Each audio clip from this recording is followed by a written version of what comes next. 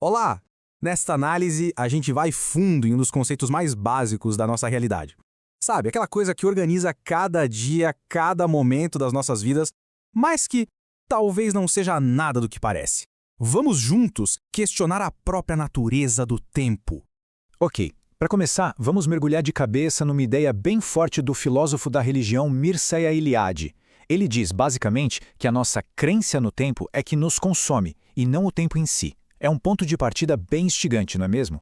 E aqui está a grande questão que vai guiar toda a nossa conversa. A proposta é ousada. E se o tempo, do jeito que a gente conhece, não for uma força da natureza, mas sim a maior invenção da humanidade? Vamos desvendar essa ideia?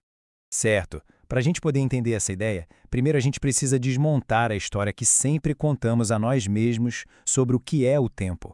Bom, essa é a visão com a qual a gente cresce, né? O tempo é como um rio que arrasta tudo e todos. Uma força de fora implacável. Na mitologia grega, por exemplo, nem os deuses conseguiam escapar. O castigo de Prometeu era renovado todo santo dia, um ciclo infinito imposto por uma força maior. O tempo, nessa visão, é o mestre de tudo. Só que aí, a física e a filosofia chegam com uma alternativa, digamos, radical. E se o tempo não for uma dimensão do mundo lá fora, mas uma dimensão do nosso ser? Uma estrutura que nós mesmos criamos para dar algum sentido, alguma direção para a nossa existência. A melhor forma de entender essa nova ideia é com uma metáfora. Pensa assim, a realidade inteira, passado, presente e futuro, já existe. Tá tudo lá, como um livro completo na estante. O tempo, então, seria só o ato de virar as páginas, uma de cada vez. Ele não é a história em si, mas a maneira como a gente lê essa história. Então, se o tempo é uma invenção, faz sentido que culturas diferentes tenham inventado ele de formas diferentes. E uma das invenções mais antigas e poderosas é a ideia do tempo cíclico, os famosos mitos do eterno retorno. Pois é, em vez de uma linha reta que vai do passado para o futuro, muitas culturas antigas viam o tempo como um ciclo gigantesco, uma roda que gira sem parar. Isso dava uma ordem, um significado, para o caos que é a vida. Um exemplo clássico disso é a doutrina hindu das 4 yugas. A ideia é que o universo nasce numa idade de ouro, de pura espiritualidade, mas aí ele vai decaindo, passando por eras de cada vez mais sofrimento, até chegar na Kali Yuga, que, segundo a tradição, é a que a gente vive agora.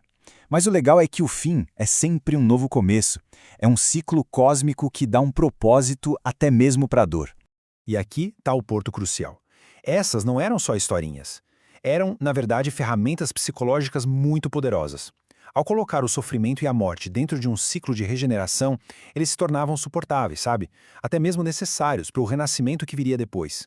Mas, e quando a gente deixou de acreditar nesses ciclos sagrados, o que aconteceu? Bom, a gente não abandonou os mitos, a gente só criou um novo, a história. A grande diferença é para onde a gente olha. O tempo sagrado queria alinhar a humanidade com o cosmos, com o eterno.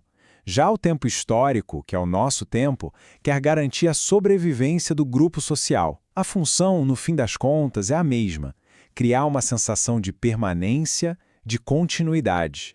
E essa citação do Gaston Berger resume tudo perfeitamente. Conforme a gente foi perdendo a conexão com o eterno, a gente foi ficando cada vez mais obcecado com o nosso próprio passado, com a nossa própria história. E é por isso que contamos a história do nosso passado, para nos convencer de que temos um futuro. Nossas nações, nossas culturas viram as protagonistas de uma lenda que a gente precisa contar. É uma defesa contra a ideia aterrorizante de que tudo que construímos pode um dia simplesmente deixar de existir. Mas essa grande ilusão não acontece só na escala das nações e dos mitos, não. Ela acontece dentro de cada um de nós, no nosso relógio pessoal. O nosso relógio interno é uma mistura complexa. Tem o tempo do corpo, que é a seta da biologia que só aponta para uma direção. Tem o tempo da sociedade, que são as tradições e histórias que a gente herda. E, por fim, tem o tempo existencial, a história que contamos sobre nosso próprio futuro, nossos medos e nossas esperanças. Fica aqui um exercício. Como alguém descreveria a própria vida daqui a 20 anos? É difícil, né? Para muita gente, projetar um futuro tão distante é quase impossível. Parece algo meio fantasioso, muito longe. Mas por que será que existe essa dificuldade toda? A dificuldade existe porque a nossa linha do tempo pessoal tem um fim, um fim definitivo e inevitável. A consciência da morte é aquele obstáculo lá no horizonte que dá forma e significado a todos os nossos projetos, medos e esperanças. E aqui está a revelação central de tudo isso. Nós inventamos essa estrutura de tempo passado, presente e futuro como uma defesa psicológica super elaborada contra a única certeza que a gente não consegue aceitar: a morte. O tempo não é um símbolo da eternidade que a gente tanto quer. Ele é uma paródia dela. E como é que esse drama psicológico tão antigo aparece no nosso mundo de hoje? Bem, através de uma nova e poderosa obsessão. O contraste é gritante. As culturas antigas eram mais diretas. O tempo era Cronos, a figura que leva à vida. O tempo era, na essência, a morte. Já a nossa civilização moderna transformou isso em algo mais fácil de engolir, mas talvez até mais perigoso: uma mercadoria. Hoje, tempo é dinheiro. Isso tudo nos deixa com uma pergunta fundamental. Se a cultura moderna nos empurra para trocar o confronto com a finitude por uma busca sem fim por produtividade e lucro, que espaço sobra para se ter uma vida que seja autêntica de verdade? Fica aí a reflexão.